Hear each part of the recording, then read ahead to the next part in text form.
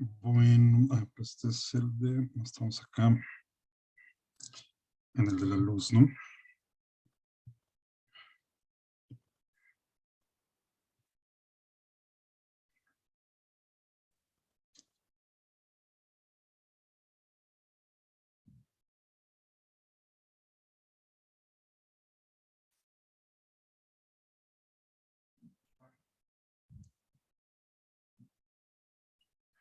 Ok, bueno, ya habíamos pasado esto, más para que se acuerden, habíamos visto que para la reflexión, suponiendo una superficie eh, suave y plana, que no tengamos reflexión difusa, sino especular, entonces quedamos que el rayo incidente y el reflejado tienen el mismo ángulo con respecto a la normal, que es una línea imaginaria perpendicular a la superficie, ¿no? Teníamos esta relación, bueno, eso era para la reflexión. La refracción implica el paso de la luz de un medio a otro. Teníamos esta relación experimental entre el seno de los ángulos incidente y refractado, que son el incidente y este es el refractado, ya que pasa la luz en el otro medio. Y las velocidades de la luz en cada medio, ¿no? Respectivamente. Entonces, esto es algo que se determina experimentalmente. Y bueno, ya habíamos definido el índice de refracción, simplemente como el cociente de la rapidez de la luz en el vacío a la luz en un medio. Y en el vacío, entonces, quedamos que esto siempre va a ser 1, porque entonces aquí B sería igual a C. Y vamos a tomar esta aproximación en el aire, pues lo vamos a tomar también como 1, que obviamente pues no es el vacío, pero es muy buena aproximación, ¿no? Okay.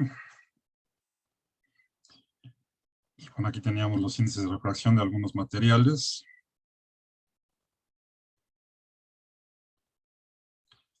Y luego estábamos aquí, ¿no? La ley de Snell. Bueno. Entonces, quedamos que cuando la luz pasa de un medio a otro, entonces cambia su longitud de onda, pero no cambia la frecuencia, no cambia la velocidad, cambia la frecuencia, perdón, cambia la longitud de onda, pero no la frecuencia, porque eso implicaría entonces una violación de la conservación de la energía aquí en la interfase, donde no hay nada que produzca energía ni que requiera de energía, ¿no? Simplemente pasar de un medio a otro. Entonces quedamos que la frecuencia es la misma, cambia la velocidad, entonces esta es la velocidad en el medio 1, la velocidad en el medio 2, cambian las longitudes de onda, dejamos la frecuencia igual, entonces podemos despejar la frecuencia e igualarlas.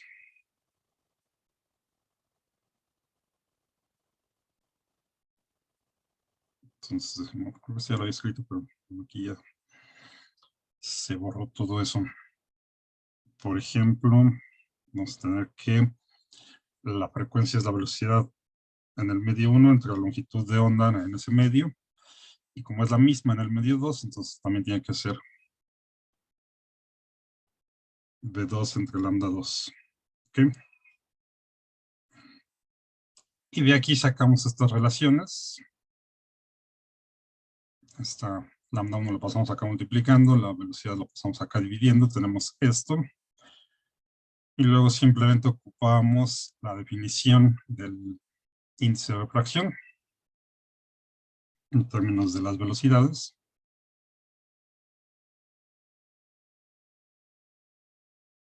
Por ejemplo, acá en el medio 1, uy,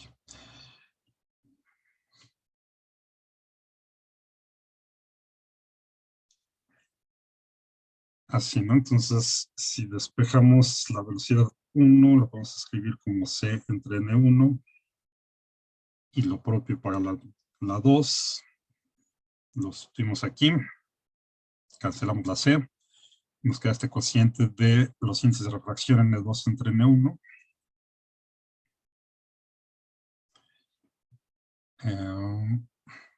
Y luego simplemente, bueno, entonces podemos usar esta relación que tenemos aquí. O sea, ya no vas igualando esta primera parte con lo que llegamos al final. Entonces este 1 lo pasamos acá multiplicando y esta lambda 2 lo pasamos acá multiplicando y tenemos esto. ¿Ok? Bueno, en el vacío entonces lo podemos tomar así, pero aquí lo más importante es esta de aquí. Entonces, si retomamos esto de acá, la relación entre los ángulos y las velocidades.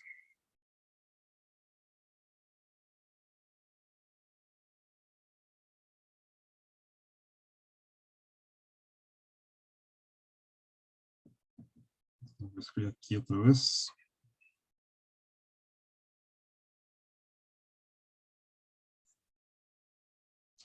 Y, por ejemplo, podemos entonces utilizar esta parte con esta parte de aquí. Acá tenemos el cociente de las velocidades. Este es el 1.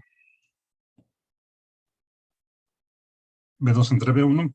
Acá están al revés, ¿no? Entonces, simplemente lo volteamos. B2 entre B1 lo podemos escribir como N1 entre N2.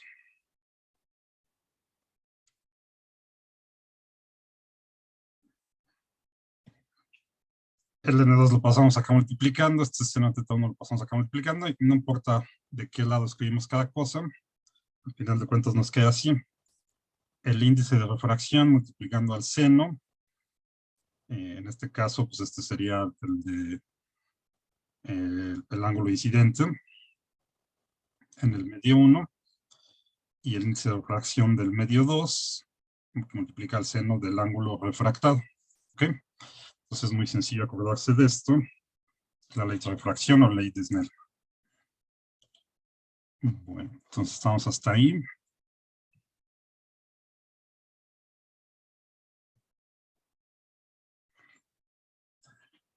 Y bueno, una primera aplicación que podemos ver aquí sencillo, aunque implementarla pues ya no fue tan sencillo, pero entenderla sí es sencillo. Fíjense, acá tenemos un bloque de algún material semitransparente y esto de acá pues es el aire, ¿no? Y aquí está incidiendo la luz de este medio a este de acá, o sea, aquí vamos de este medio al aire, ¿no? Aquí el N1 sería este y el N2 sería el aire. Y fíjense lo que pasa para distintos rayos de luz. Este de aquí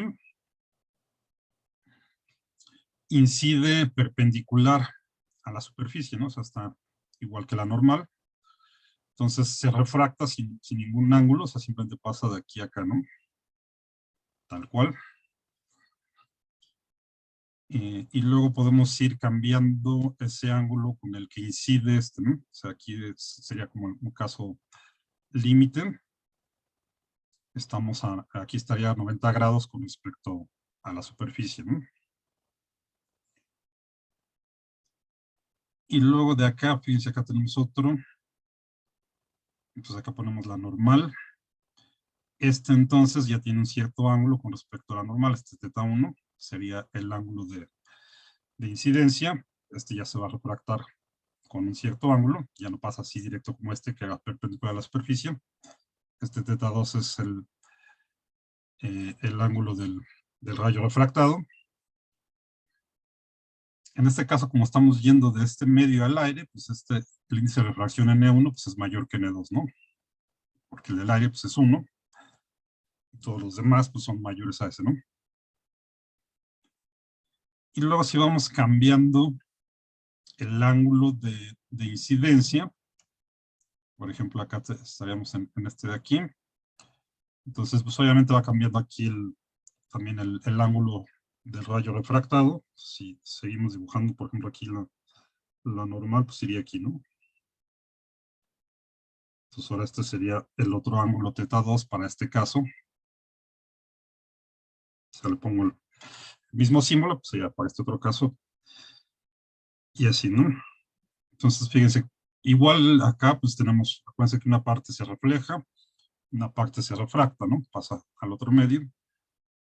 Entonces, este de aquí es el reflejado de acá, este es el refractado. Luego para este rayo que incide aquí en la interfaz, este es el reflejado, este es el refractado. Y así, si vamos cambiando el ángulo de incidencia, este es el reflejado, va a llegar un momento en que este rayo refractado, que aquí el 2, acá es el 3, aquí es el 4, ya sea paralelo a la superficie, ¿no? Este sería como otro caso límite. Realmente aquí ya no tendríamos ningún rayo refractado, ¿no? Porque ya está acá, o sea, eh, ya no pasa acá al otro medio al aire, sino que está acá sobre la superficie, ¿no? Por decirlo así. Entonces va aumentando este ángulo θ2 y en este otro caso límite, entonces ahora el ángulo del rayo refractado está a 90 grados con respecto a la normal. Y a partir de aquí, de este ángulo de incidencia, para ángulos mayores a este ángulo de incidencia, ya no va a haber ningún rayo refractado. Ya todo se refleja, ¿no? Sería como acá el 5, ¿no? Entonces el 4 es el caso límite, donde el rayo refractado está paralelo a la superficie y para ángulos de incidencia mayores, pues ya tenemos solamente el reflejado. Entonces, a eso le llamamos reflexión total interna. Ya no pasa la luz al otro medio, sino que se refleja completamente, ¿no? Ya no hay refracción, toda la que incide se refleja. Y a ese ángulo donde pasa esto, en este límite donde el rayo refractado está a 90 grados con la normal, pues le llamamos un ángulo crítico, en el cual, a partir del cual se tiene la reflexión total interna, ¿no? Sí, Julián, dime. Doctor, y entonces si seguimos bajando o acostando más, digamos, el láser, ya no hay refracción, pero sí reflexión. Esa reflexión, si aumentamos ese ángulo o le digo, acostamos más el láser, esa reflexión o ese ángulo de reflexión también va a cambiar o llega un momento en el que se mantiene prácticamente igual. No, también va a cambiar, pero el punto es que ya todo a partir de este ángulo, ya todo se refleja, ¿no? ¿Okay? Y bueno, ahora se refleja aquí, ¿no? Este va a incidir acá y este que incide acá, pues también se puede refractar y reflejar, ¿no? ¿Ok? El punto es que no se pierda nada. Bueno, aquí está aquí nada más hecho para esto. Que digamos que a partir de este ángulo crítico, ya la luz se refleja completamente y ya no pasa nada al otro medio, ¿no? Y si podemos saber cuál es este ángulo crítico para el material que tengamos aquí, entonces podríamos hacer que también acá todo se refleje, entonces como si la luz estuviera acá rebotando adentro y no salga nada, ¿no? Ahorita vemos cómo se usa eso, pero de lo que acabamos de ver de la ley de Snell, entonces ese ángulo crítico pues, sucedería con esto, ¿no? O sea, tenemos esto justo que lo acabo de poner aquí. N1 por seno de θ1 es igual a N2 por seno de θ2, ¿no? Y aquí nos hay que identificar a qué le llamamos 1, a qué le llamamos 2, dependiendo de la situación. Entonces aquí la N1 es el índice de refracción de este bloque, ¿no? Lo que sea. El ángulo de incidencia es justo el ángulo crítico, que es lo que quiero. Calculando, pongo el seno de θ sub c, θc del ángulo crítico. N2 es el aire, entonces lo puedo aproximar a 1. Bueno, aquí está. Lo puedo dejar así. Bueno, si fuera el aire, lo dejo como N2. Aquí está el caso más general, simplemente tomando que N1 sea mayor que N2, ¿no? Porque podría ser que no, este N2 no sea precisamente el aire. Únicamente necesitamos esta condición de que N1 sea mayor que N2. Bueno, lo que sí tomo entonces es que el ángulo refractado sea de 90 grados, que es lo que define este ángulo crítico, ¿no? El de incidencia crítica. Justo que este ángulo de refractado lo vamos haciendo más grande hasta que está a 90 grados con respecto a la normal y entonces este rayo refractado ya es paralelo a la superficie. Entonces a partir de aquí todo se va a reflejar, ¿no? Aquí ponemos seno de 90 grados, este es 1. El seno de 90 grados, entonces nada, nos queda aquí N2. Dividimos entre el índice de refracción 1 y tenemos esta relación muy sencilla para saber dónde está el ángulo crítico, ¿no? Entonces, si conocemos los índices de refracción, le sacamos el arcoseno y eso nos daría cuál es el ángulo crítico para ese caso, ¿no? ¿Okay?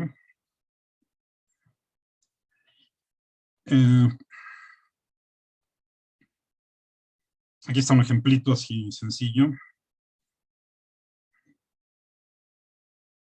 Aquí es donde vamos cambiando el ángulo de incidencia, entonces pues aquí la normal estaría acá, ¿no? Perpendicular a la superficie. Estamos tomando esta parte, pues esta es nuestra superficie, este bloque de lucita. Aquí está la normal. Entonces, con respecto a esta normal, mediríamos este ángulo de incidencia. Y con respecto a esta misma normal, pues medimos este ángulo de rayo refractado. Vamos cambiando el ángulo de incidencia, el rayo refractado va aumentando, el ángulo del rayo refractado va aumentando. Y por acá estaríamos en ese caso límite. Pues aquí no se alcanza a ver, de hecho, porque pues justo aquí, entre este y este, tendríamos el rayo refractado, ya estaría paralelo a la superficie, ¿no? Y a partir de ese, entonces, todo lo demás se va a reflejar, ¿ok? Bueno. Ahora pues ya se refleja aquí en esta parte, ¿no? O sea, en esta cara ya no se refractaría nada, pero este va a incidir acá con otro ángulo que no es el crítico, y entonces aquí parte sí se va a refractar y demás, ¿no? ¿Ok? Pero al menos en esta cara, para este ángulo crítico, a partir de este ángulo de incidencia crítico, pues ya todo se refleja, ¿no? Y eso le llamamos reflexión total interna. Y bueno, una de las utilidades de esto es justo la fibra óptica, ¿no?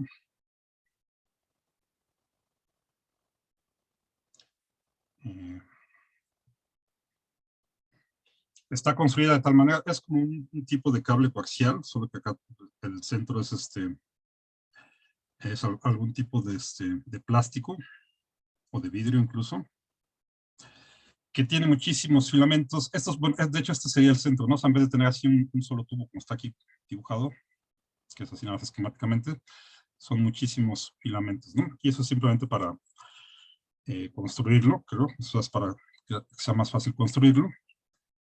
Y está rodeado de otro material, de manera que el índice de este material, el recubrimiento,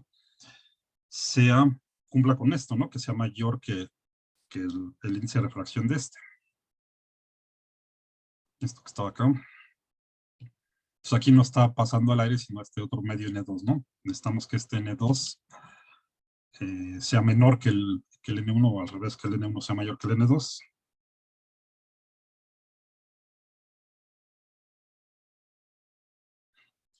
Entonces se pueden escoger estos materiales, que el índice de refracción de este sea mayor que el de este, de manera que se tenga reflexión total interna en todos estos filamentos, ¿no? Entonces, a diferencia del bloque de lucito, aquí entonces la luz está confinada a estar dentro de estos filamentos, ¿no? Y la utilidad de eso es que permite, o sea, no se pierde intensidad de la luz y se puede transformar, se puede transmitir información de manera más eficiente, ¿no? ¿Qué? Como si fuera una hila o una hilera de espejos infinitos, una cosa así. Sí, algo así, ¿no? O sea, es como si tuviéramos muchos de esta cara nada más, por todos lados, de manera que en todo momento la luz se refleja nada más y no se refracta, ¿no? Obviamente eso es una idealización, incluso en la fibra óptica sí se pierde algo, ¿no?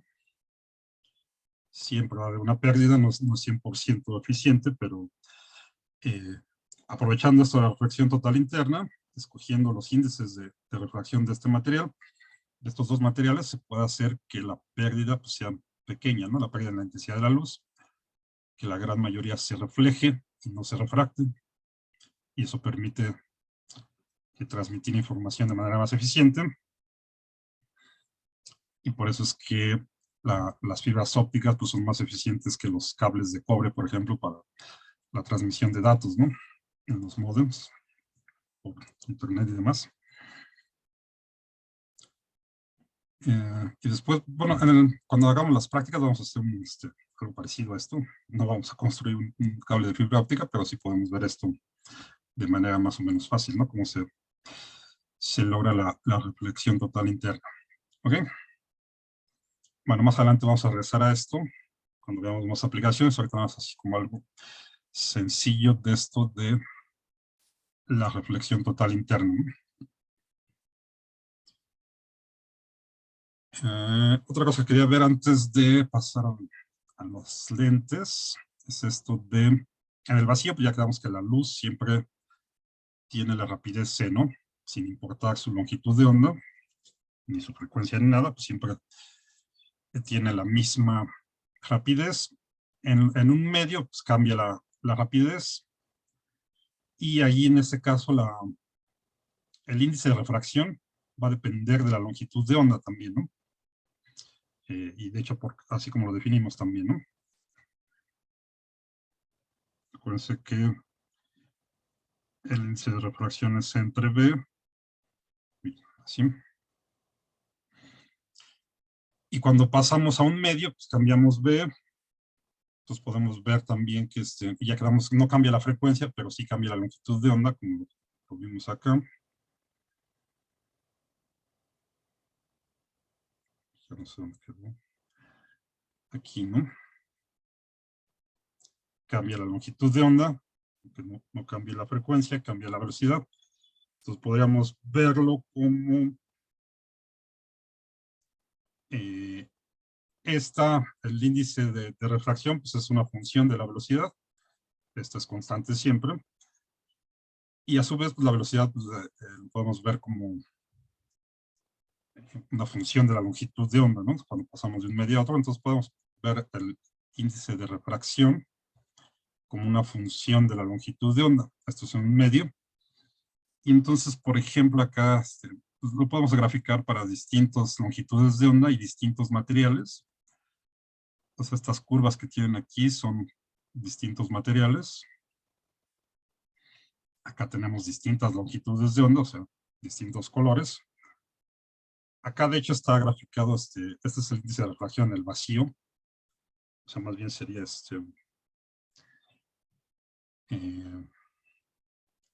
no el índice de refracción en el vacío, la longitud de onda en el vacío, ¿no? Lo que está acá graficado. En un medio, pues va a ser la longitud de onda entre del vacío entre el índice de refracción, ¿no? Bueno, aquí el punto es que, por ejemplo, si aumentamos el índice de refracción, que es lo que va acá, aquí está graficado el índice de refracción, entonces para longitudes de onda menores, aumenta, ¿no? Dependiendo del material, obviamente. Para longitudes de onda mayores, disminuye un poco, entonces con la frecuencia es inverso. Y entonces, por ejemplo, si hacemos incidir luz blanca, que es la combinación de todas las longitudes de onda del espectro visible, sobre algún material, digamos aquí sí podemos pensar que pasamos del aire a un material, cada color, o sea, cada longitud de onda, y dependiendo del material que tengamos aquí, pues va a tener un índice de refracción distinto, ¿no? Ligeramente distinto, es más pronunciado dependiendo del material, ¿no? Como, por ejemplo, aquí es mayor la diferencia entre el azul y el rojo que para la fluorita, ¿no? Para esta cosa de silicato, vidrio de silicato, no sé qué. Será mayor la diferencia entre este y este que, por ejemplo, para la fluorita, ¿no? ¿Ok? Entonces, la luz blanca, que está compuesta de todo el espectro de longitudes de onda del espectro visible, pues se va a refractar de manera distinta dependiendo de su longitud de onda, ¿no? Por ejemplo, aquí, en este caso, Bueno, esto va a pasar siempre, ¿no? El rojo es el que menos se refracta, el violeta es el que más se refracta, ¿no? Aquí tenemos que poner la normal, estaría por aquí así. ¿Y esa diferencia se debe a sus longitudes de onda?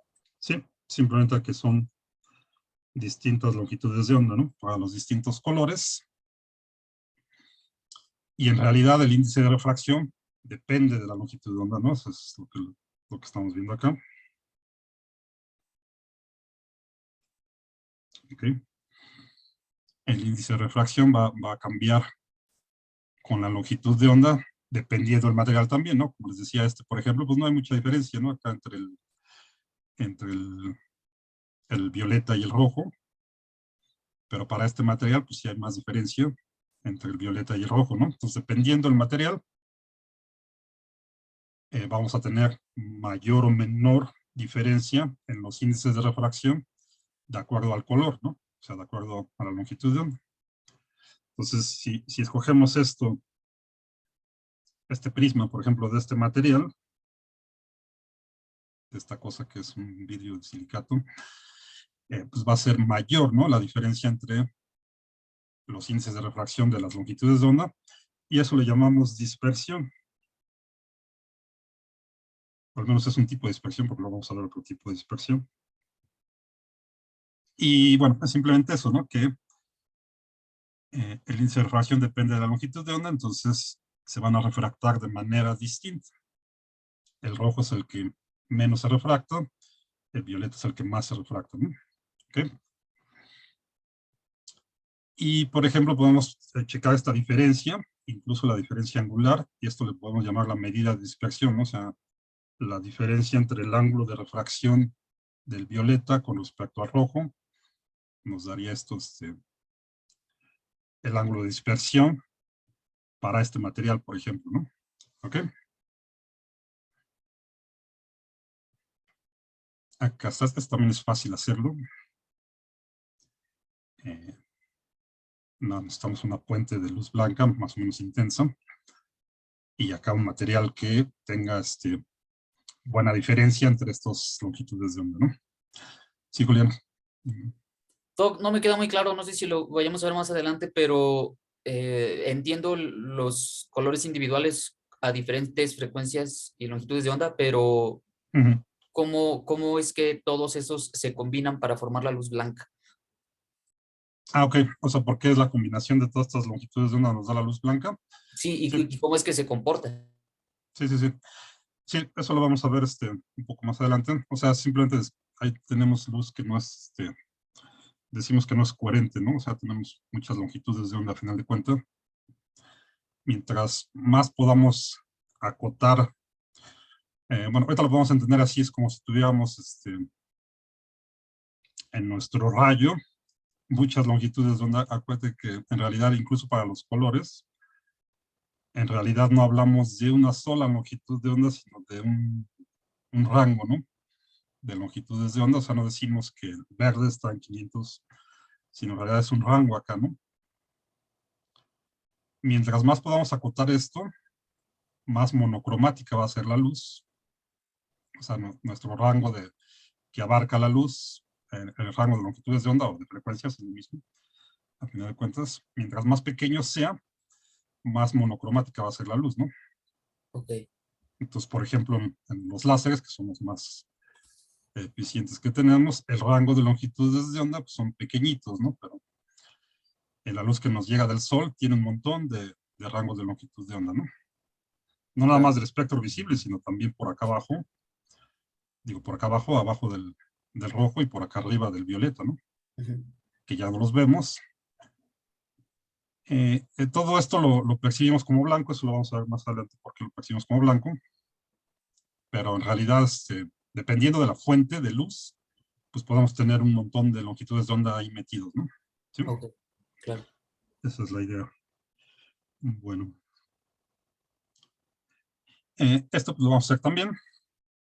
Espero ver cómo se descompone acá en la luz blanca en el espectro del visible, ¿no? Y como Depende del material que tengamos aquí. Bueno. Esto es todo lo que necesitamos saber de reflexión y refracción por el momento. Entonces vamos a hacer algunos ejercicios para que vayan aterrizando estos conceptos. Y ya pasamos a espejos y a las lentes, ¿no? Finalmente. Bueno, fíjense, aquí tenemos un rayo que incide en un material desconocido. Está acá con X. Luego acá pasa el agua. Y finalmente al aire, ¿no? Pues aquí vamos a tener otra refracción que ya no está pintada ahí, pero del agua pasa al aire todavía. Vamos a pintar aquí la normal. Y acá vamos a tener un rayo refractado ya en el aire, ¿no? Estas son 3. ¿Y no falta la reflexión en X? Sí, o sea, en todos casos vamos a tener una cierta reflexión, ¿no? Pero ahorita no importa tomar en cuenta la reflexión, porque lo que queremos es justo encontrar cuál es el índice de refracción de este material, ¿no? O sea, esto podría ser como una forma de determinar experimentalmente cuál es el índice de refracción de un material que no conocen, ¿no? Si es que conocen por ejemplo. Digamos que tienen un material del que sí conocen el índice de refracción, tienen otro del que no conocen, entonces pues hacen pasar luz de uno a otro, miden estos ángulos y podemos calcular cuál es este índice, ¿no? Ok. Aquí me falta una O. Encuentra el índice de refracción del material, o sea, de este que no conocemos, y el ángulo de refracción del agua al aire. Bueno, esto ya no es necesario para conocer esto, pues es un dato adicional ahí que nos piden, ¿no? Ok. O sea, no necesitamos que de acá pase todavía al aire, con que sepan cuál es este índice de refracción, pues ya se puede calcular ¿no? Y bueno, obviamente midiendo estos ángulos. Entonces, pues simplemente utilizamos la ley de Snell. Y nos fijamos de dónde a dónde vamos. Y cuáles son los ángulos que queremos, ¿no? El N1 es el que no conocemos. Pues este sería nuestra X. De hecho, lo puedo poner así. No, sí se ve feo, ¿no? Bueno, pues este es el N1 es lo que queremos saber, ¿no? Vamos de este medio a este medio, ¿no? Entonces siempre el 1 lo asociamos del medio donde está el rayo incidente y el 2 donde está refractado, ¿no? Y tenemos los ángulos, entonces ya no haces despejar acá directo. Y tendríamos entonces, lo único que tenemos que despejar es este N1, ¿no? Suponemos que ya conocemos el índice de refracción del agua, habría que buscarlo. Pero todo lo demás ya lo tenemos. Entonces está facilísimo, ¿no? Bueno, aquí nada más hay que tener cuidado que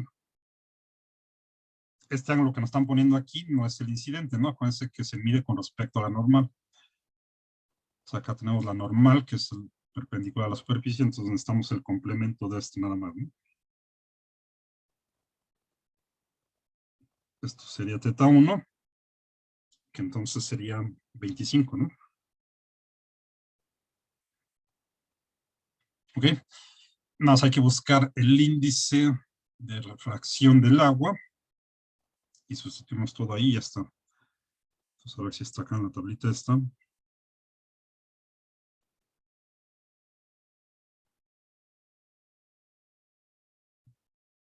Agua, vamos a tomar como 1.33, ¿no? Ahí está.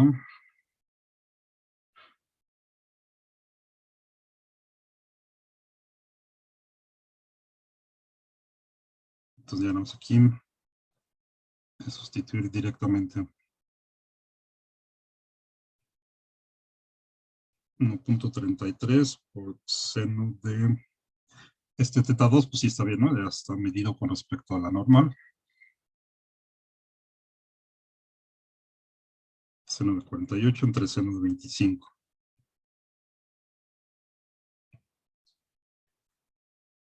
Bueno, nada más chequen cuánto da eso.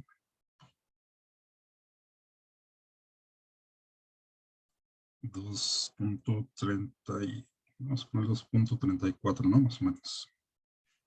2.3. Acuérdense que el índice de refracción pues, no tiene unidades, ¿no? Es adimensional.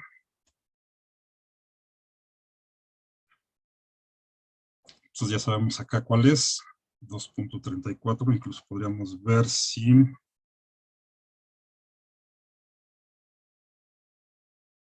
suponemos que no sabemos cuál es ese material, pues medimos el índice de refracción de esta forma y lo buscamos acá en las tablas. Aquí no hay nada que se le parezca, ¿no? Es bastante grande, o sea que estaría como entre la zirconia y el diamante. Sí, ha de ser caro. Sí, o sea, no es ningún plástico ni cosa así, es otra cosa, ¿no? Bueno. Ok. Ya está. Y luego si queremos calcular el otro ángulo, pues ahora simplemente cambiamos lo que le estamos llamando θ1 y θ2, ¿no? Pues ahora nos fijamos en la otra interfase del agua al aire. Entonces aquí, con respecto a esta normal, ahora necesitamos esta normal. El ángulo de incidencia, pues ahora es ¿no?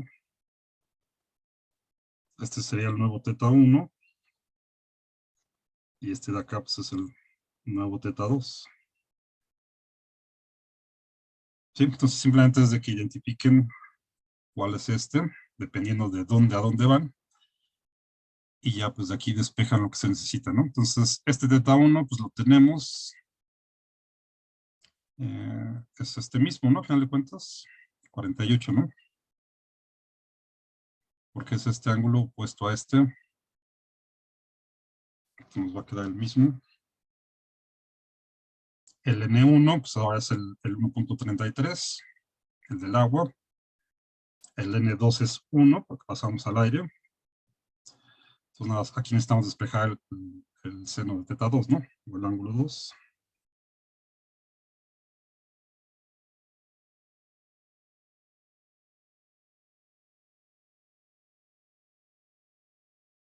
Lo pongo todo y ahorita ponemos los datos, ¿no? Entonces, N1 es el agua, desde donde vamos, 1.33. θ1 quedamos que es otra vez 48. Y N2 es 1, porque pasamos al aire, ¿no? Entonces, lo dejamos así directamente, simplemente el seno de 48 por 1.33. Eso nos daría el seno de θ2. Si queremos el ángulo, simplemente sacamos el seno inverso, ¿no? O el arcoseno. Entonces, de una vez lo podemos poner.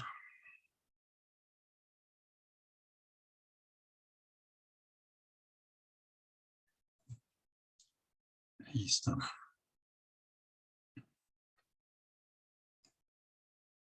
Y eso les da como 82 grados, ¿no? ¿Arcoseno es lo mismo que seno a la -1, Doc? Sí. Okay. Sí, bueno. Nos da 82 grados, ¿no? O sea que mi dibujo está muy feo. En realidad está más, debe estar mucho más para acá, ¿no?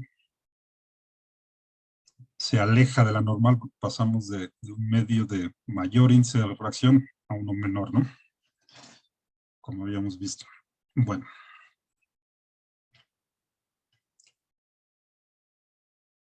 Entonces ya está. Doc, entonces es como al revés, o sea, ahorita pasamos de uno mayor a uno menor y estuvo más, o tuvo un mayor ángulo la, la refracción, Sí, pero si lo hacemos al revés, tiene un mayor ángulo la reflexión. No la reflexión, sino acuérdate que este se pega a la normal, o sea, porque es más chiquito el ángulo con respecto a la normal, pues más grande con respecto a la normal, dependiendo de la relación entre los índices de refracción, ¿no? Ah, ok. Ok, solo es que Entonces, tanto se despega de la normal. ajá, no sé cuánto se despega de la normal. Por acá creo que estaba, ¿no? Bueno, acá estaban en términos de la velocidad, pero pues a fin de cuentas es parecido. Si pasamos del agua al aire, la velocidad 1 es menor que la velocidad 2, ¿no? Entonces el rayo refractado se aleja de la normal, por eso nos quedó 82. Estaríamos en este caso, ¿no? ¿Sí? Bueno.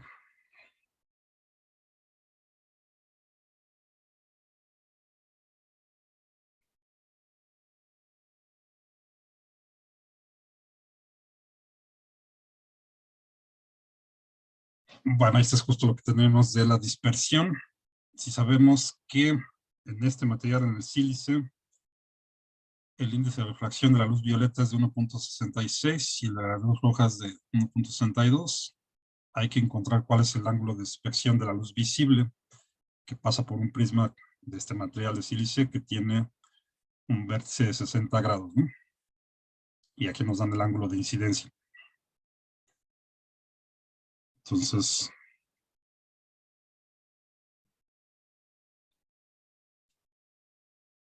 tenemos este ángulo que son los 50 grados del ángulo de incidencia. Pasa la luz visible, luz blanca. Entonces, de acuerdo a su longitud de onda, pues se va a desviar de distinta forma. Siempre menor para el rojo y mayor para el violeta, ¿no? Entonces basta con que midamos cuál es el ángulo de refracción para el rojo y cuál es el ángulo de refracción para el violeta y los restamos, ¿no? Esos dos ángulos de refracción y eso nos va a dar la dispersión, o sea, toda esta medida angular de el ángulo de dispersión para la luz visible, ¿no? ¿Sí? Eso es lo que tendríamos que hacer. Y en realidad aquí entonces, pues, tenemos hay que considerar dos refracciones, ¿no? O sea, aquí entra la luz, se refracta, y luego acá sale la luz y se vuelve a refractar, ¿no? Entonces primero tendríamos que ver acá cuál es este ángulo refractado aquí adentro, y luego con el problema anterior, vemos acá cuál es el ángulo de incidencia, y vemos el segundo para pasar acá para del sílice al aire, ¿no?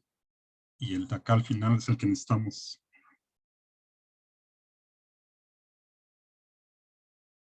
Este de acá. ¿Ok? Bueno, entonces se ve difícil, pero en realidad es fácil, ¿no? Sí, se ve muy Entonces, difícil. voy a ver si me queda acá un dibujito. Aquí no, no voy a poder poner, entonces lo voy a poner acá. Tenemos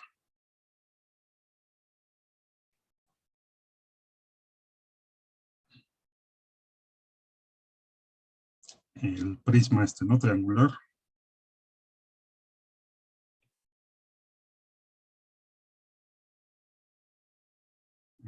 Así grande para que se alcance a ver.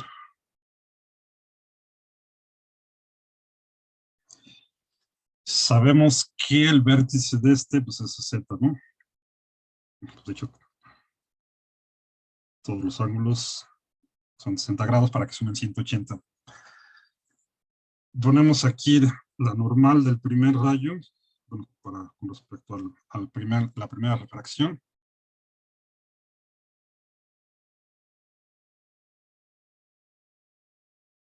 Luego, entonces, va a incidir aquí.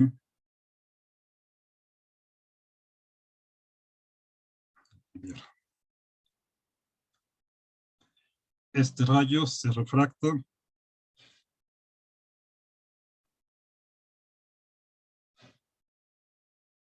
con respecto a esta normal, entonces vamos a tener acá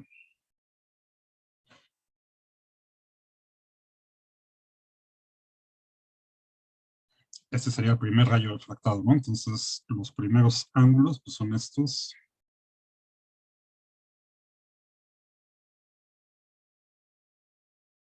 Teta 1 y teta 2. Y luego acá, entonces, tenemos la segunda refracción, ahora cuando pasa del prisma al aire. Entonces ponemos acá otra normal.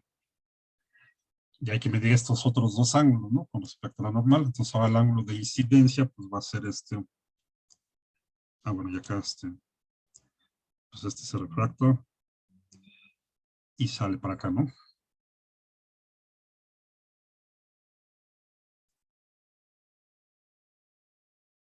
Bueno, lo puse así muy exagerado.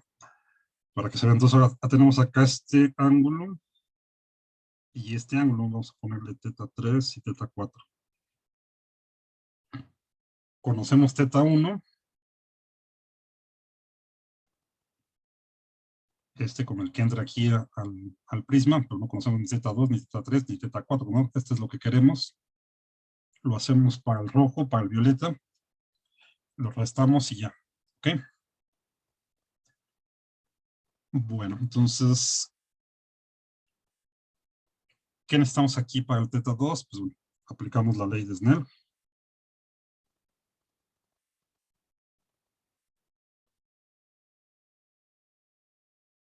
Según el caso en el que estemos, ¿no? Bueno, como le puse 3 y 4 al otro, entonces aquí no importa.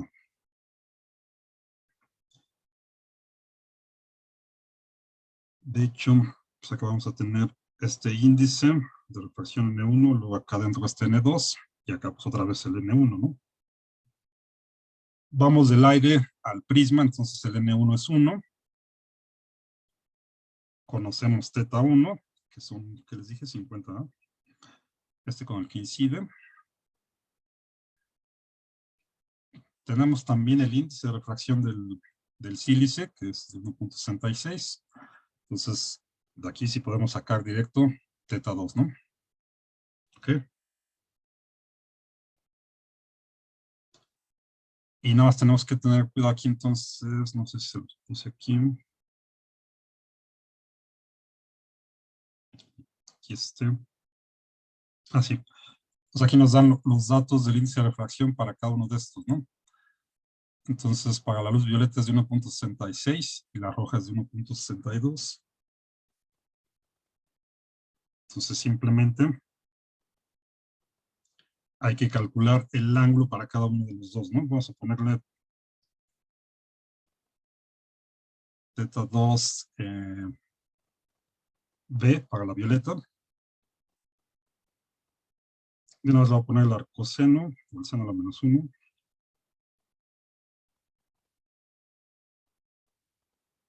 sea, lo que estoy haciendo es despejando ¿no?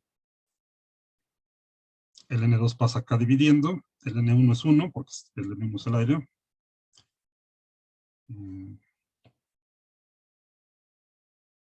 Y luego sacamos el seno inverso para despejar este teta 2, ¿no? Entonces, N1 vale 1, teta 1 vale 50, en los dos casos. N2 es 1.66 para la luz violeta, ¿no? Entonces aquí nos ponemos seno de 50 entre 1.66. Eso nos da un número, ahorita lo checamos. Para el rojo es exactamente lo mismo, nada más le cambiamos acá el valor, ¿no? Cambia el índice de refracción, porque es otra longitud de onda.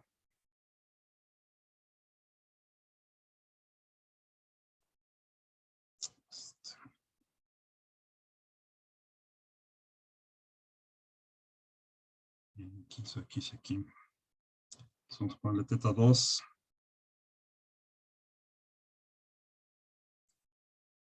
R para el rojo, ¿no? El ángulo de incidencia es el mismo, que pues incide la luz blanca al mismo ángulo. Ponemos seno de 50 entre, ¿cuánto era el otro? 1.62, ¿no? Bueno, Entonces ya nada más hay que calcular estos. Aquí ya no lo dejé espacio, pero este de aquí, el del violeta, haciendo eso, nos queda 27.48, ¿no? Voy checando eso. Y el del rojo queda 28.22.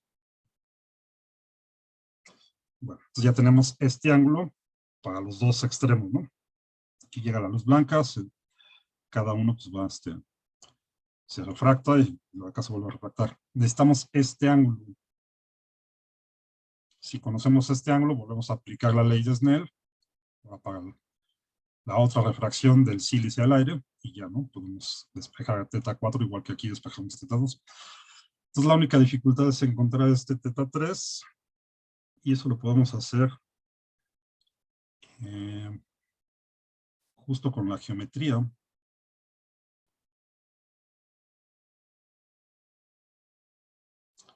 Fíjense, podemos poner que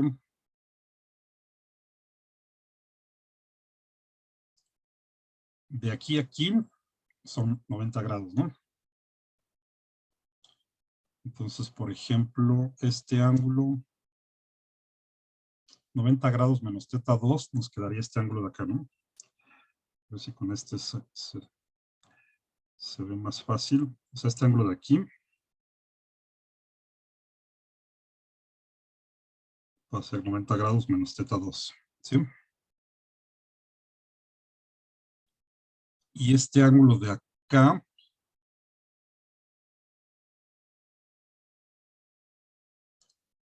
lo podemos ver como 90 grados menos teta 3, ¿no? Porque de acá a aquí, de aquí a todo esto, pues son 90 grados, ¿no?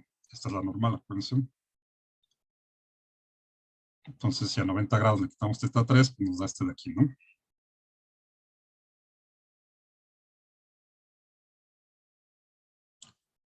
¿Y de qué nos sirve esto?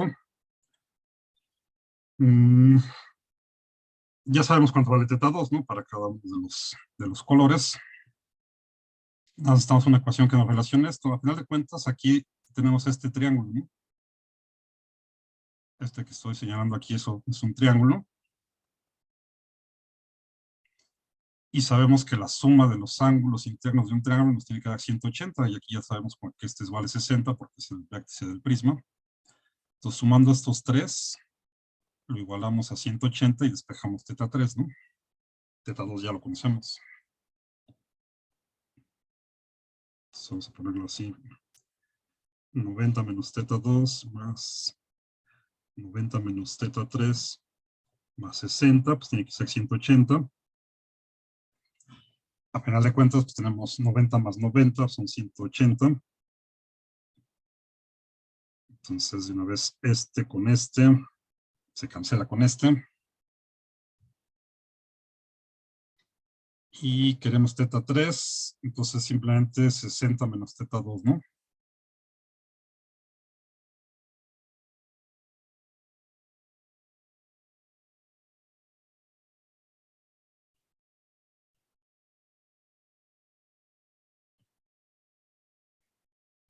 Ok, como del lado izquierdo tengo 180 y del lado derecho tengo 180 también, pues le dejo estos 180 de los dos lados, aquí me queda 0.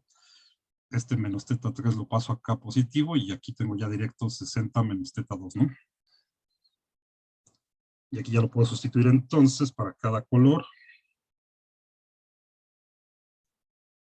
Para el violeta va a ser 60 menos el 27.48 que nos dio.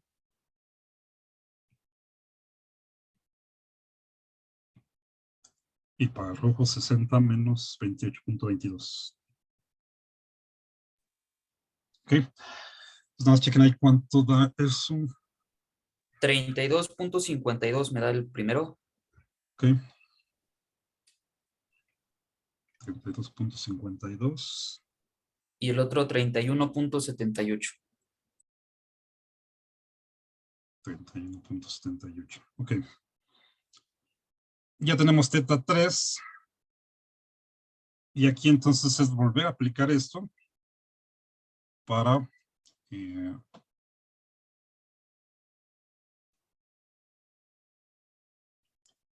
ahora acá para la otra refracción, ¿no? Ahora pasamos del sílice al aire. Entonces, bueno, déjenme ponerlo aquí. Entonces ahora voy a ponerle, para seguir esta misma notación, tendría N3 por seno de teta 3 igual a N4 por seno de teta 4, ¿no?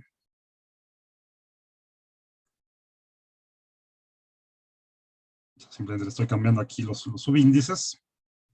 Este es 3, acá es 4, pero el 3 es el índice de refracción del...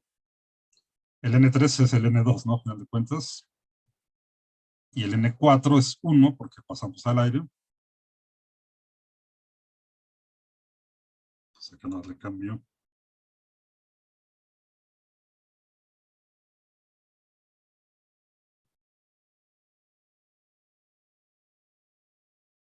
Entonces, igual casi que al principio, o sea, es completamente análogo, lo que necesitamos es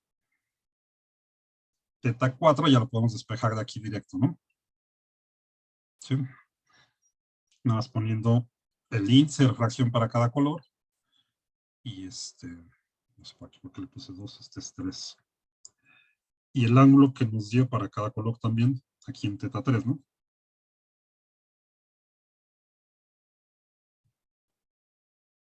Pues también podemos poner teta 4 del violeta, pues va a ser el seno de menos 1 de N2, que para este caso era 1.66, por el seno de 32.52, ¿no? Que era el teta 3 para el violeta. ¿Sí? Bueno, ahorita damos control S y hacemos lo propio para el otro, para el rojo, va a ser seno de la menos 1. Este era el de 1.62 por el seno de 31.78.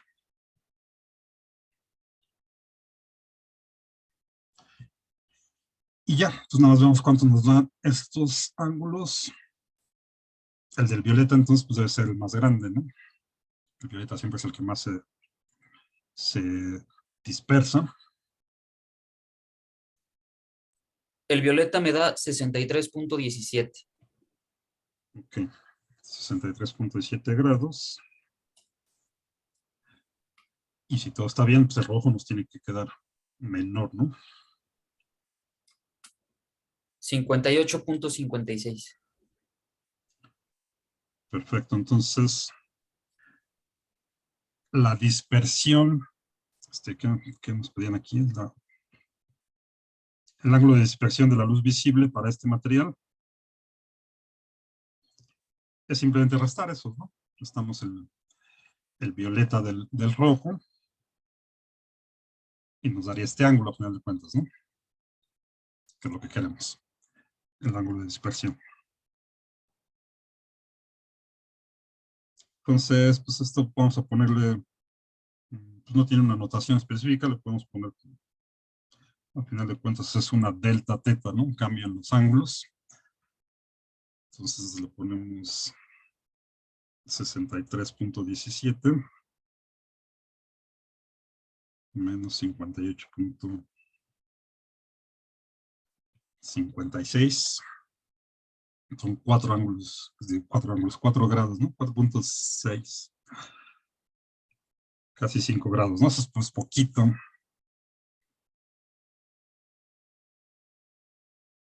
5 grados, ¿no? O sea, aquí realmente, como vimos en las gráficas estas, pues depende del material, qué tanto se dispersan estos. Aquí está pues puesto así muy exagerado, porque, para que se vea mejor, pero realmente son 5 grados nada más aquí, ¿no? Para este material del silicio. Bueno, ya está entonces, ¿ok?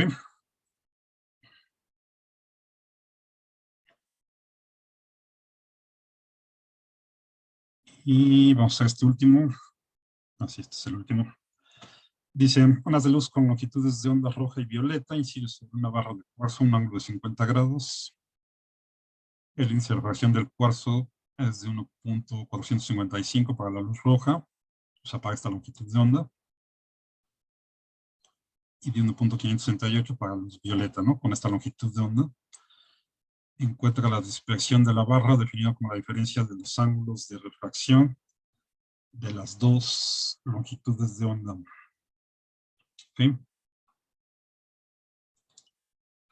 Bueno, entonces aquí, ¿qué podríamos hacer?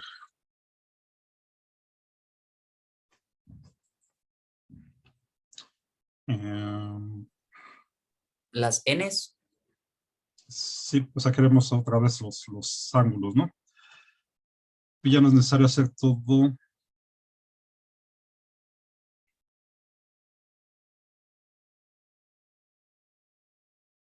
Porque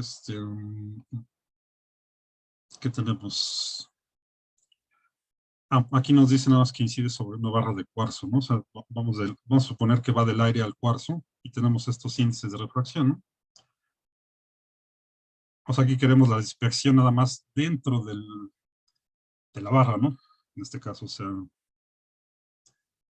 no queremos esta aquí adentro, ¿no? No esta de acá afuera, sino esta de acá adentro. A final de cuentas, aquí adentro, pues también vamos a tener dispersión, ¿no? La diferencia entre estos ángulos. Entonces basta con hacer esto una vez, no tenemos que hacerlo dos veces como aquí. Y si vamos del aire al cuarzo, es otra vez así, directo despejar el ángulo, ¿no? O sea, necesitamos despejar teta 2 de la ley de Snell. Entonces, voy a poner así, en vez de ponerle teta 2, porque para los dos casos va a ser teta 2. Le ponemos teta para el rojo. Va a ser otra vez el seno de la menos 1. De N1, que es el aire, vale 1, entonces ya lo pongo. El seno del ángulo de incidencia, que es 50 grados. Entre, y aquí nada más hay que poner el índice de refracción para cada color, ¿no? Entonces aquí lo tenemos.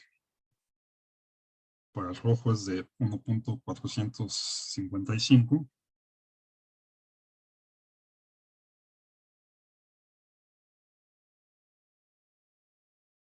Y para el violeta hacemos exactamente lo mismo.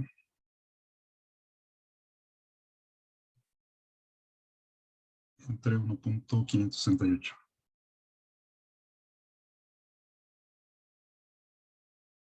¿Ok?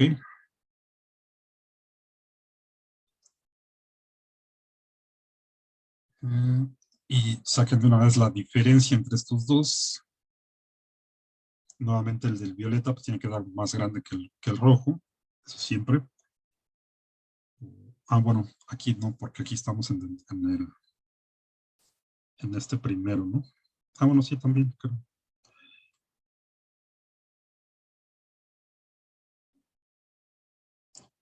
Y aquí está mal. 200. No, creo que está bien. Bueno, ¿cuánto les das tú?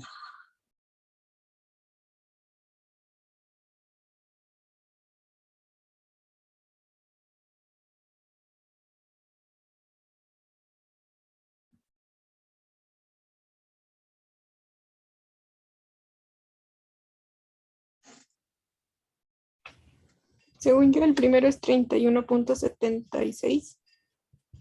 Sí, lo mismo me dio a mí. 31.6. 76. 76, ok. Y el otro, 29.24 me dio.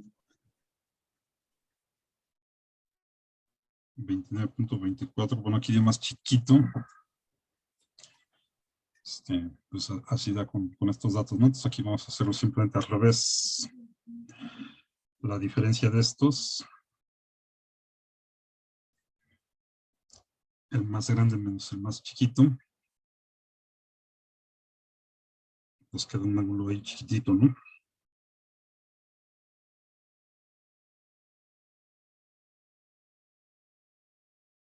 2.5 más o menos. 2.52. Ya, esa sería la medida de la dispersión dentro de este, ¿no?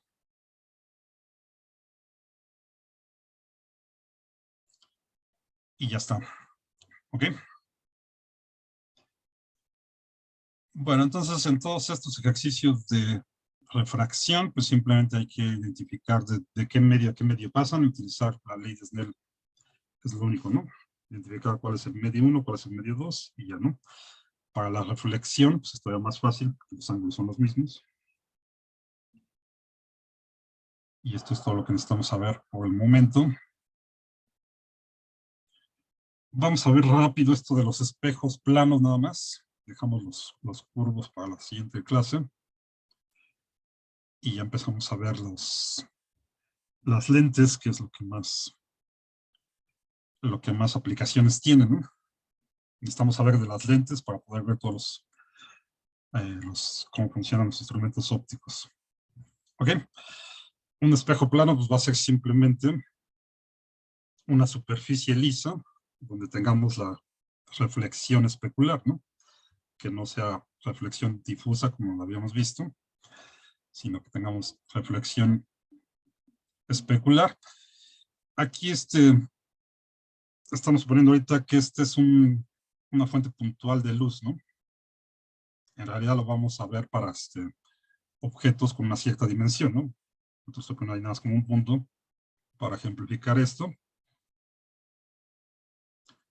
Todos estos rayos de luz van a llegar a la superficie y se reflejan, ¿no?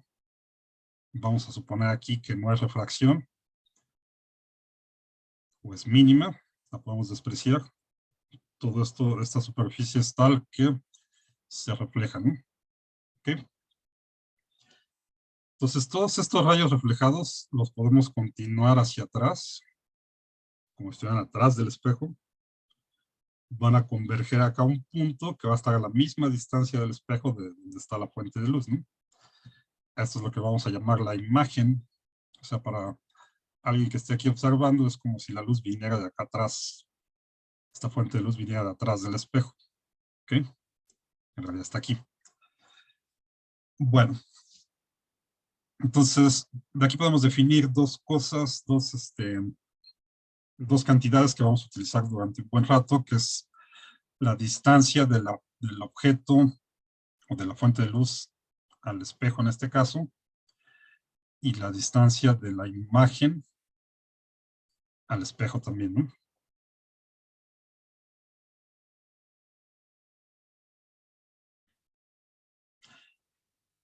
Entonces, fíjense, son todas estas cosas que vamos a llamar P y Q, o a veces también le ponen se los pueden encontrar acá con otras letras, ¿no? Dependiendo del libro que utilicen. Pero ahorita lo vamos a definir así. Vamos a llamar P la distancia, así perpendicular, del objeto al espejo, ¿no? Y Q la distancia también, así tal cual, perpendicular del espejo a la imagen. Para estos espejos planos, P y Q van a ser iguales siempre. En magnitud, en realidad les vamos a asignar, les vamos a designar signos, aunque son distancias, y no tenemos distancias negativas, vamos a ponerles signos dependiendo de qué lado están, ¿ok? Eso lo vamos a ver con mayor calma para los espejos curvos y todavía más para las lentes, pero así en general, si el objeto aquí está, está en el mismo lado de donde inciden los rayos de luz, aquí el objeto es justo la fuente de luz, entonces P lo vamos a tomar positivo. ¿Ok? Acá, para este observador, es como si viera que la fuente de luz está acá atrás del espejo, ¿no? Cuando pase eso, entonces a Q le vamos a poner un signo negativo, aunque es una distancia. Le vamos a poner un signo negativo. Y a este le vamos a llamar una imagen virtual que está atrás del espejo, ¿no? Siempre que la imagen se forme atrás del espejo, con respecto a donde está el observador o la fuente de luz, le vamos a llamar una imagen virtual. Puede ser que la imagen se forme también acá. Para los espejos planos nunca pasa eso, ¿no? Pero para los curvos vamos a ver que la imagen se puede formar delante del espejo y entonces va a ser una imagen real. ¿Ok? Si está atrás del espejo, entonces siempre va a ser, vamos a llamar una imagen virtual. ¿Ok? Y bueno, aquí tenemos una fuente plana de luz. En realidad lo que nos va a interesar es tener unos objetos que tengan dimensión, ¿no? Entonces, la mayoría de las veces las vamos a representar como flechitas. Este es nuestro objeto. O sea, aquí la dimensión va a estar dada por la longitud de este, ¿no? Es lo que nos va a importar para saber cómo está la imagen, ¿no? Necesitamos describir cómo queda la imagen. O sea, digamos que no nos va a importar el ancho de esta cosa, ¿no? Sí. Nada más su altura. ¿Ok? Entonces lo podemos representar así con flechitas. Este es nuestro objeto. Aquí entonces la luz, la fuente de luz, pues viene de otro lado, ¿no? Aquí este es directo la fuente de luz. Aquí la fuente de luz, pues, digamos que viene de por acá. Y pasa acá por nuestro objeto. Entonces desde aquí, desde la punta del objeto, va a salir un rayo, pega en el espejo, que es la superficie plana, que refleja todo. Una superficie plana y pulida que refleja todo. Y se refleja, ¿no? Entonces aquí están pintados dos rayos de la infinidad que podemos pintar. Basta con estos para ver cómo va a estar la imagen, ¿no? Este que llega aquí se refleja directo para acá, ¿no? En el sentido opuesto. ¿Okay? Pues aquí el ángulo de incidencia es 0, el ángulo reflejado es 0 también, ¿no? Entonces, este lo podríamos ver como si viniera, este lo continuamos, el reflejado, y es como si viniera de acá, ¿no? De este punto. Y este otro rayo que pasa acá también por la punta de la flechita, va a llegar acá a la superficie con un cierto ángulo. Este es el reflejado, tiene el mismo ángulo que el de incidencia, como quedamos. El reflejado lo continuamos hacia atrás del espejo, y donde se intersectan estos dos, pues es donde va a estar la imagen, ¿no? Entonces, para los espejos planos es muy sencillo. La imagen siempre va a estar a la misma distancia del objeto al espejo, en la misma dirección. Vamos a ver que en los espejos curvos también se puede invertir la imagen. Esta siempre va a estar en la misma dirección y va a tener el mismo tamaño. ¿Ok? Entonces, como quedamos, P va a ser la distancia del objeto al espejo y Q va a ser la distancia de la imagen al espejo, ¿no? Bueno. Para este caso, en estos espejos planos, estos van a ser iguales siempre. Acá les pongo valor absoluto porque, como les decía, aunque son distancias, a la distancia de... si la distancia de la imagen al espejo, como está por atrás, le vamos a asociar un signo negativo, ¿no? Pero bueno, eso lo vemos con mayor calma cuando lleguemos a los espejos curvos. Ahorita lo importante es que podemos definir la magnificación lateral. Esto también lo vamos a utilizar mucho tiempo, esto de la magnificación lateral, incluso cuando llegamos a ver los aparatos ópticos. Lo definimos así simplemente como el cociente de la altura de la imagen a la altura del objeto, ¿no? Entonces, si aquí a mi objeto tiene esta altura h y la imagen tiene esta altura h', la magnificación lateral va a ser simplemente h' entre h, ¿ok? Altura de la imagen entre la altura del objeto. Para los espejos planos, esto siempre es 1. Para otros tipos de espejos y para las lentes, pues puede ser mayor que 1 o menor que 1. O sea, puede agrandar la imagen o achicar la imagen, ¿no? Según la configuración que tengamos. Para los espejos planos, pues esto siempre es 1. H siempre es igual a H', P es igual a Q, siempre. ¿Ok? Entonces, estos son de los más sencillos. Lo único que tenemos que saber aquí de los espejos planos es que no invierten izquierda y derecha, como muchas veces se piensa. Lo que invierten es el frente con la parte de atrás, ¿no? O sea, tenemos una inversión frontal trasera. Si pudieran dibujar un sistema de coordenadas como este que está aquí, o incluso construirlo, o sea, ponen 3 palitos así perpendiculares que representan a los ejes X, Y y Z, los ponen delante de un espejo plano y van a ver que esta, por ejemplo, que es la dirección de X, que aquí está apuntando acá a la izquierda, en el espejo sigue apuntando a la izquierda, ¿no? Esta que sería el vectorcito J en la dirección de Y, que va hacia arriba, pues en el espejo sigue estando hacia arriba. Esta que sería la dirección de Z, que aquí iría hacia adelante, digamos, en el espejo iría hacia atrás. Eso es la inversión frontal trasera, ¿no? Que también se conoce como una inversión de paridad. Que bueno, eso es otra cosa que después vemos también con más calma, ¿ok? Entonces lo que se invierte es esto, ¿no? Estas direcciones, que son perpendiculares a esta, pues no les pasa nada. En el espejo siguen teniendo la misma dirección. Esta que va aquí hacia el frente o hacia delante, en el espejo va hacia atrás, ¿no? ¿Ok? Lo pueden ver así poniendo las dos manos de esta forma. La mano derecha con la palma hacia el espejo y la mano izquierda con la palma hacia ustedes.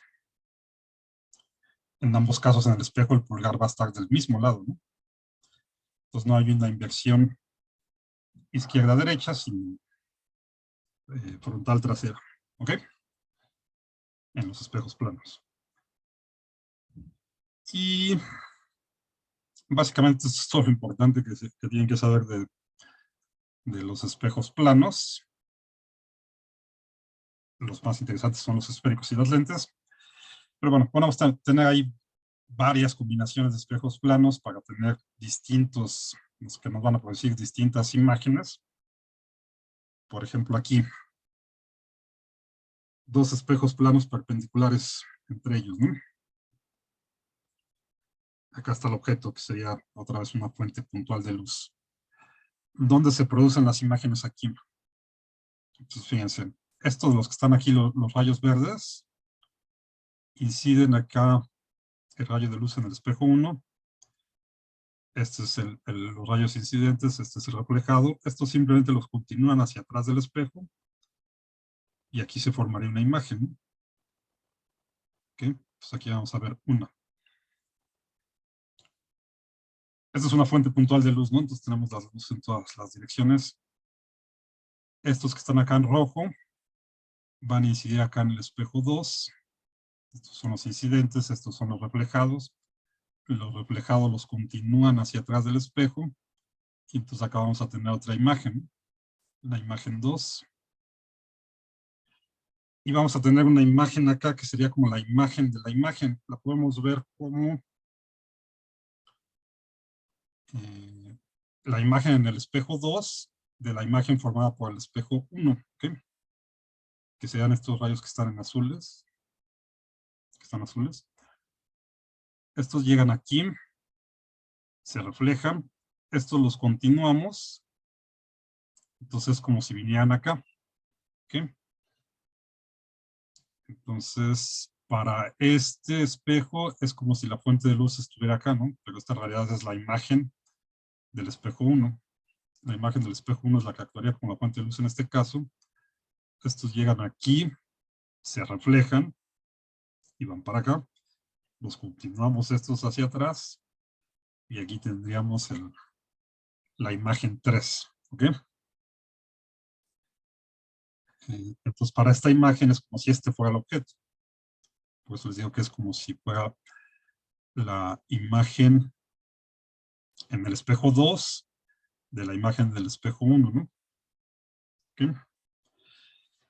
Y en realidad lo podríamos ver también al revés. Podríamos verlo esto como si fuera la imagen en el espejo 1 de la imagen en el espejo 2, ¿no? Piénsenle ahí cómo se vería.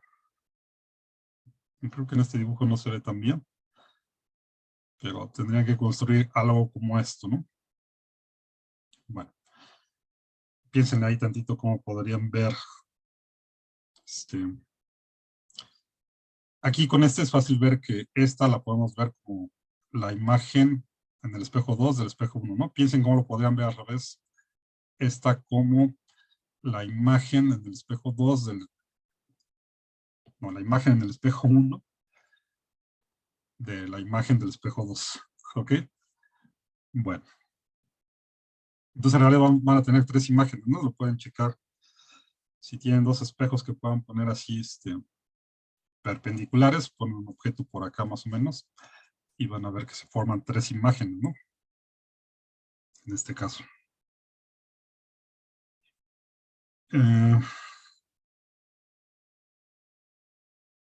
Bueno, esto también es fácil de ver. Fíjense, aquí dice, un estudiante de 1.6 metros de altura se encuentra frente a un espejo plano vertical. ¿Cuál es la longitud mínima del espejo para que pueda verse de cuerpo entero? Suponiendo que sus ojos se encuentran 10 centímetros por abajo de la parte superior de su cabeza, ¿ok? O sea, digamos que quieren poner un espejo. ¿Qué longitud tendría que tener? Aquí está el espejo, es esto verde. Para que alcance a verse completo, ¿no? O sea, de cuerpo entero, ¿sí? Obviamente, si ponemos un espejo del tamaño del estudiante, pues se ve, ¿no? Pero, ¿cuál sería la longitud mínima, digamos, que tendría que tener este espejo para que se alcance a ver de cuerpo entero? Con estas condiciones, ¿no? Entonces mide unos 60. De acá al suelo es unos 60. De la cabeza a los ojos son 10 centímetros, que es esta parte de aquí. La imagen pues va a estar por atrás del espejo a la misma distancia. Va a tener la misma altura. Entonces, para que se pueda ver de cuerpo entero, lo que necesita es que un rayo, aquí no hay que poner tanto, necesitamos, por ejemplo, acá de la parte superior, digamos, de la punta de la cabeza, tendría que llegar aquí a la parte superior del espejo, ¿no? Reflejarse. Lo continuamos acá atrás, y aquí alcanzaría a ver la parte superior de su cabeza, ¿no? ¿Sí? Y para que alcance a ver hasta acá abajo, entonces, un rayo de luz que venga de acá, desde la parte de abajo de los pies, tendría que pegar en la parte inferior del espejo. O sea, estamos tomando los casos límites, hasta al menos aquí. Reflejarse. Y que está aquí reflejado, lo continuamos acá. Sería y entonces, bajo esas condiciones, pues alcanzaría a verse de cuerpo entero. Entonces, lo único que tenemos que saber, tenemos toda esta distancia, ¿no? De AG, que es unos 60. Lo que queremos es encontrar esta distancia. ¿Ok? Entonces, ¿qué tendremos que hacer ahí? Bueno, sabemos que de aquí a aquí es unos 50. La distancia BD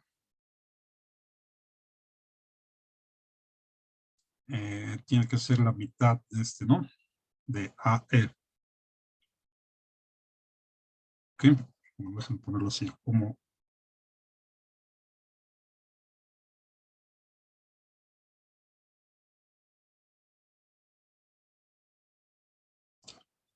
lo que sabemos es que el ángulo de incidencia es lo mismo que el ángulo de reflexión. O sea, este ángulo de aquí es el mismo que este. Entonces podríamos pensar aquí en este triangulito, ¿no?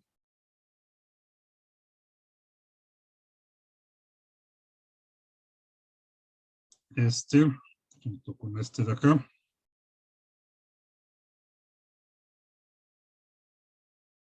Entonces, como estos ángulos son los mismos, este es el incidente, este es el reflejado. Es decir, esto lo vemos como la hipotenusa de este triángulo. Entonces, esta parte tendría que ser lo mismo que aquí, ¿no? ¿Sí? La distancia de aquí a acá, de A a E, son estos 1.50, ¿no? ¿Ok? Entonces, como esto más esto nos da 1.50 y esta distancia de aquí de B a D, entonces debe ser justo la mitad, ¿no? ¿Sí se entiende eso? Si sabemos que de A a E es 1.50, entonces de B a D es la mitad, son 0.75 metros, ¿no?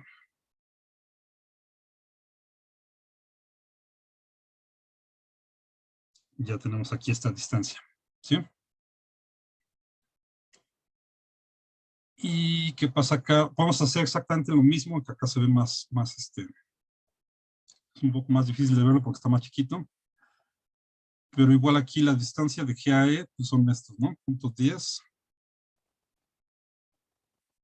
Igual acá este es el rayo incidente, este es el rayo reflejado. Son simétricos, entonces la distancia de GAF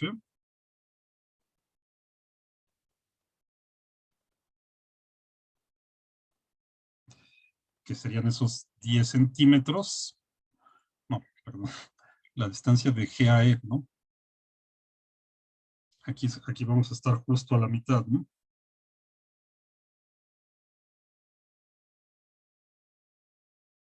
Entonces es esta parte de aquí, esta distancia de aquí. Entonces debe ser la mitad de los 10 centímetros, ¿no? Si se alcanza a ver.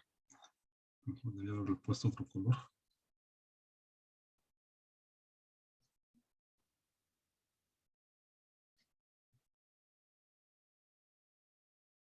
Aquí, ¿no? Entonces esta distancia de aquí, nuevamente simplemente por el hecho de que los ángulos de incidencia y de reflexión son los mismos, entonces esta distancia que está aquí en azulito tiene que ser la mitad de este que sabemos que son 10 centímetros, ¿no? De GAE.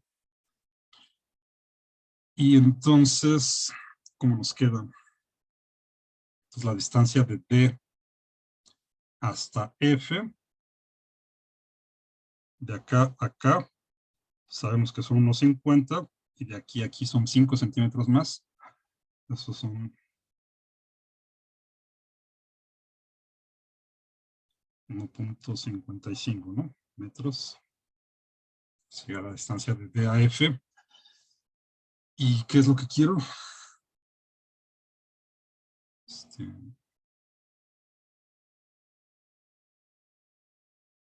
Aquí vamos a ver ¿no? Hace 1.55. Le restamos los puntos 75.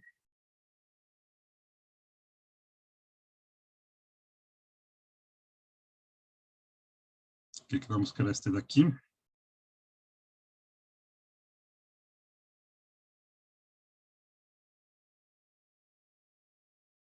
Y este nos da menos 0.75. Nos queda 0.8, ¿no?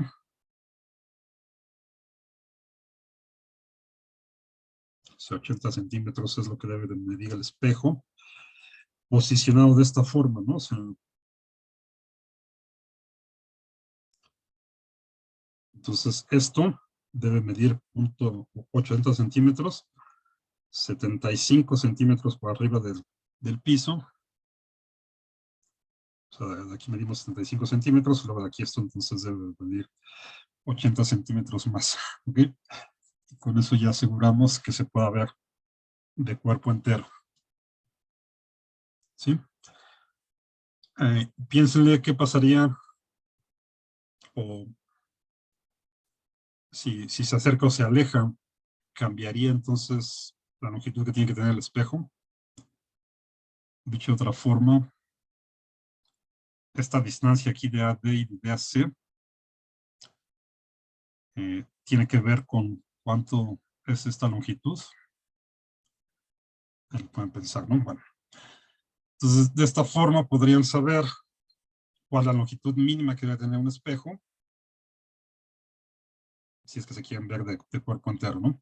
Lo que tendrían que saber es cuál es la distancia de su cabeza a sus ojos, ¿no?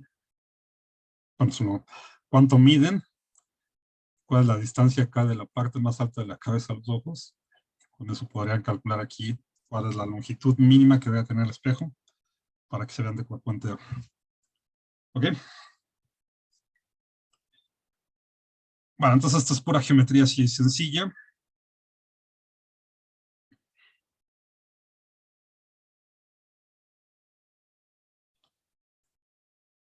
Acá tenemos una foto. ¿Cómo podrían saber si la imagen está derecha o invertida?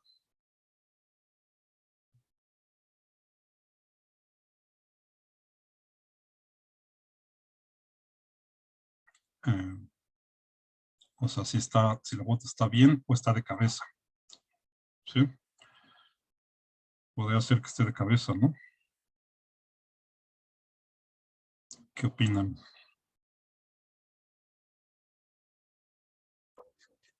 Pues veo a los humanos abajo. Estos de acá. Ajá. También el sol, no sé, algo nos puede dar una pista. El sol. El sol, ¿no? Ajá. ¿Qué pasa con el sol? Aquí se ve bien y acá está entre las ramas, ¿no? Entonces, y bueno, estos de acá no se alcanzan, acá estarían, ¿no? Los otros. Lo que tenemos que saber es si esto es la reflexión de los humanos que estén por aquí o al revés, ¿no? Con esto no es más difícil de verlo porque no estar acá entre las sombras. Pero ¿qué pasa con el sol? ¿Cuál es el objeto y cuál es la reflexión? Uno de estos dos tiene que ser la reflexión, ¿no? Si sabemos eso, entonces podríamos saber cuál es cómo está la imagen, si está de cabeza o está invertida. ¿Sí? Y bueno, tendría simplemente que ver, hacer alguna suposición y tratar de dibujar los rayos y ver qué pasaría, ¿no? Fíjense. Esto suponiendo que esto es como si fuera la imagen derecha, ¿no? Creo. Sí, derecha. O sea, acá está el agua, acá está la cámara. Un rayo del sol que llegue directo a la cámara, bueno, aquí pasa entre las ramas, ¿no? Entonces, se vería, es lo que correspondería a esto de acá, que está aquí, ¿no? ¿Sí? Para que libre aquí por ejemplo, sería para ver dónde está la reflexión. Entonces, que llega acá al agua se refleja. Y entonces aquí sí veríamos el sol completo, ¿no? Sin estorbarnos acá las ramas. Este rayo pues pasa acá. Aquí se refleja y vemos entonces el sol completo, ¿no? Si saben eso, entonces, ¿cómo está esto? ¿Está derecha o está de cabeza? Está de cabeza. Está de cabeza, ¿no? Sí. Efectivamente acá se puede adivinar con Si los quitamos de esto, entonces si nos fijamos más en el sol, traten de verlo al revés, traten de pensar que esto estuviera derecho y van a ver que no hay forma de dibujar esto de manera que esta sea la reflexión, ¿no? O sea, entonces esta tendría que ser el rayo directo y esta la reflexión, ¿no? No se puede dibujar. En cambio, si lo pensamos así, entonces este es el rayo directo y esta es la reflexión en el agua, ¿no? Que ya no le estorban las ramas. Entonces realmente esta es la reflexión, ¿no? Y es el que pasa directo, entonces está de cabeza. ¿Ok? Bueno.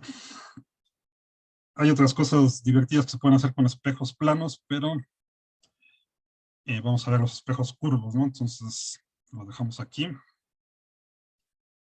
Y la siguiente clase, pues vemos espejos curvos y a ver si empezamos a ver lentes ya. ¿De acuerdo? Sí, Doc, gracias. Entonces, Ok. vamos acá.